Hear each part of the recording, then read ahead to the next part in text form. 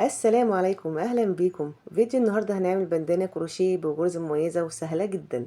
طبعا تقدري تكبريه ويبقى شال او سكارف. لو اول مره في قناتي، انا قناه كروشيه كوين. لو لسه ما اشتركتش في القناه اشتركي وفعلي زر الجرس ليوصلك كل جديد. اول حاجه هنا انا هستخدم هنا قطن ايطالي، وممكن تقدري تستخدمي اي نوع من انواع الخيوط. لو هتعملي شال ممكن تعمليه بالقطن او بالصوف. انا هنا عندي مقاس ابره 3.5 ملم ألمونيوم لعمل البندانة.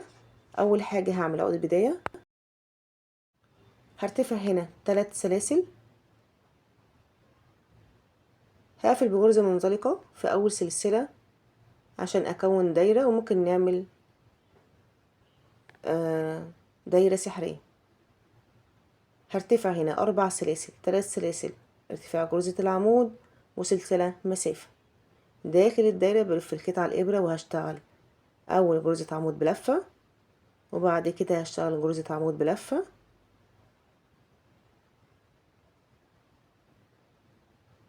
وغرزة عمود بلفة. يعني داخل الدايرة هشتغل هنا 3 غرزة عمود بلفة. بعد كده هرتفع هنا سلسلتين، وهشتغل 3 غرزة عمود بلفة داخل الدايرة.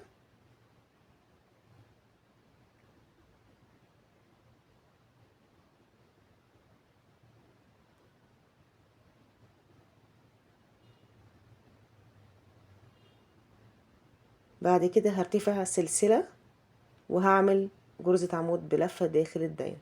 يبقى في بداية الدور ارتفعت 4 سلاسل، وبعد كده 3 غرزة عمود بلفة، سلسلتين، 3 غرزة عمود بلفة، وبعد كده سلسلة، وبعد كده غرزة عمود بلفة. هرتفع هنا 4 سلاسل، وبرضو الأربع سلاسل 3 سلاسل ارتفاع غرزة العمود وسلسلة مسافة.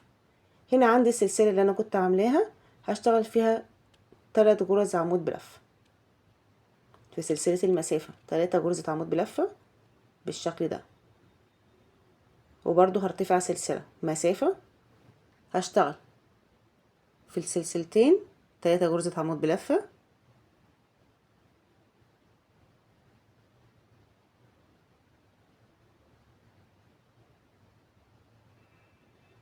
وهرتفع سلسلتين، وهشتغل 3 غرزة عمود بلفة بالشكل ده.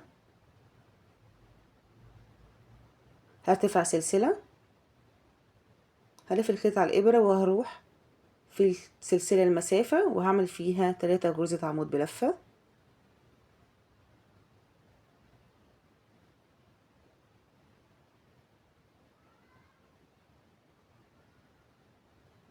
وهرتفع سلسلة، وفي نفس المكان هشتغل غرزة عمود بلفة. هيتضح معانا الشغل من تالت سطر، وادي معانا الشكل بقى كده. في السطر التالت هرتفع 4 سلسلة، طبعا 3 سلاسل ارتفاع غرزة العمود وسلسلة مسافة. هلف الخيط على الإبرة، وهنا في السلسلة المسافة اللي أنا بعملها أول سلسلة هشتغل فيها 3 غرزة عمود بلفة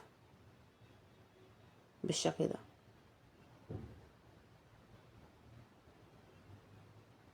بعمل سلسلة مسافة، وعندي هنا في السلسلة المسافة اللي وضحت بشتغل فيها 3 غرزة عمود بلفة،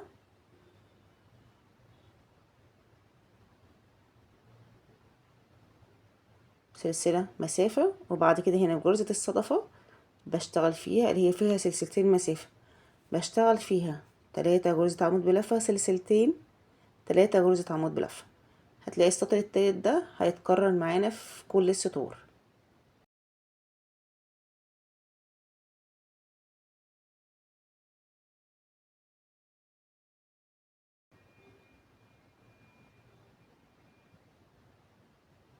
بعد غرزة الصدفة بشتغل سلسلة مسافة، وفي أول فراغ هنا هشتغل 3 غرزة عمود بلفة،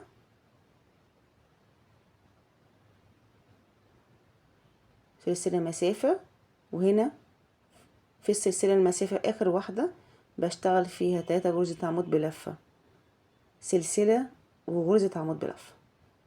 يعني في آخر الدور بشتغل 3 غرزة عمود بلفة، سلسلة غرزة عمود بلفة في نفس المكان.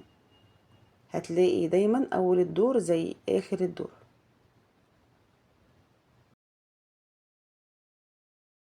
هنا في اول الدور عملت 4 سلسلة، وبعد كده 3 غرزة عمود بلفة في اول فراغ، سلسلة 3 غرزة عمود بلفة، سلسلة غرزة صدفة، سلسلة 3 غرزة عمود بلفة.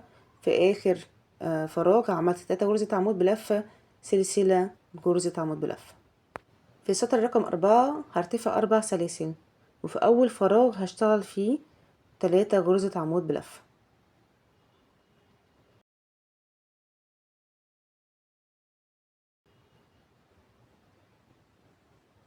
هرتفع سلسلة في الفراغ اللي بعده، هشتغل 3 غرزة عمود بلفة.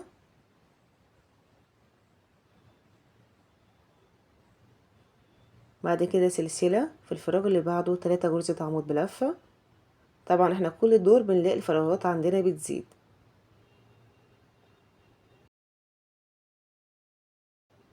بعد كده سلسلة في الصدفة، اللي هو الفراغ اللي هو فيه سلسلتين بشتغل فيه غرزة صدفة مكونة من 3 غرزة عمود بلفة، سلسلتين، 3 غرزة عمود بلفة.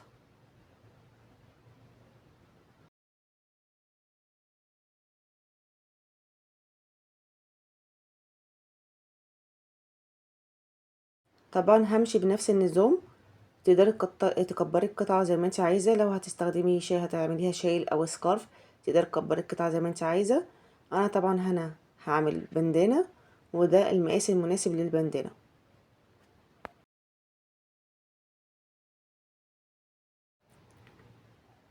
هنا هعمل على حروف البندانة هعمل غرزة المروحة. اول حاجة هشتغل هرتفع سلسلة، وفي اول فراغ هعمل غرزة حشو. بعد كده هلف القطعة الابرة في تاني فراغ هعمل 7 غرزة عمود بلفة.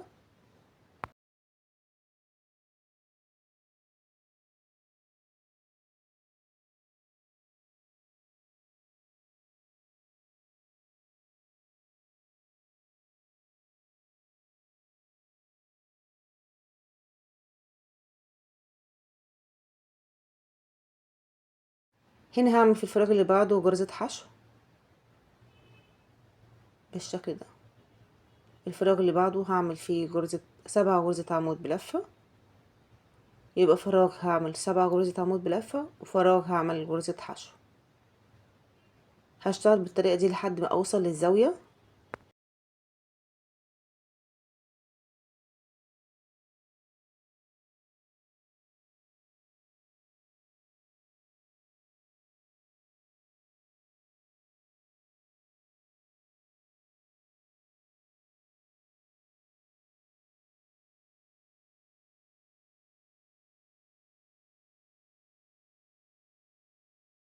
انا هنا وصلت للزاوية، وهعمل في الزاوية 9 غرزة عمود بلفة.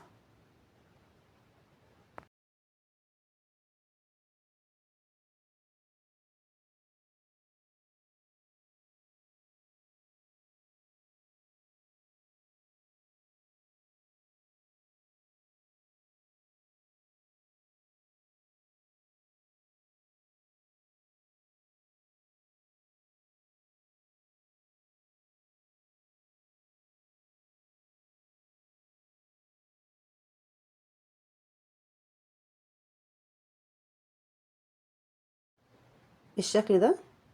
الفراغ اللي بعده هشتغل غرزة حشو، وبعد كده هو الزاوية بس اللي هعمل فيها 9 غرزة عمود بلفة. هشتغل بنفس الطريقة اللي عملت فيها الجنب. فراغ غرزة حشو، فراغ 7 غرزة عمود بلفة لحد ما اوصل للحرف. انا وصلت هنا اول طرف بالشكل ده. اتبقى لي اخر فراغ وهعمل فيه غرزة حشو.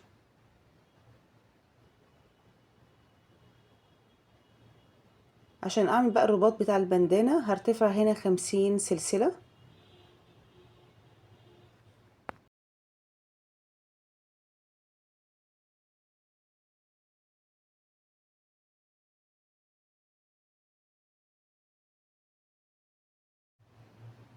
انا هنا ارتفعت 50 سلسلة، وهبدأ اشتغل فوق كل سلسلة يعني هرجع للسلاسل بغرز حشو. فوق كل سلسلة هشتغل فيها غرزة حشو لحد ما اوصل لأول الطرف معي.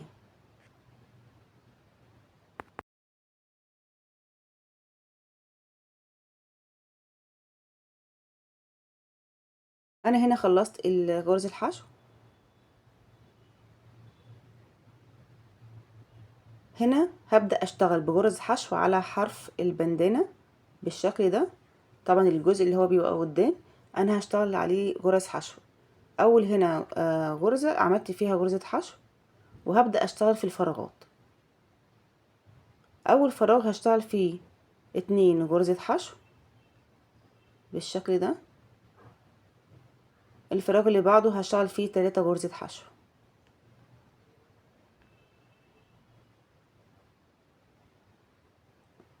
الفراغ اللي بعده هشتغل فيه 2 غرزة حشو. يبقى انا هنا هشتغل في فراغ 2 غرزة حشو وفراغ 3 غرزة حشو لحد ما اوصل للطرف المقابل للبندانة بتاعتي.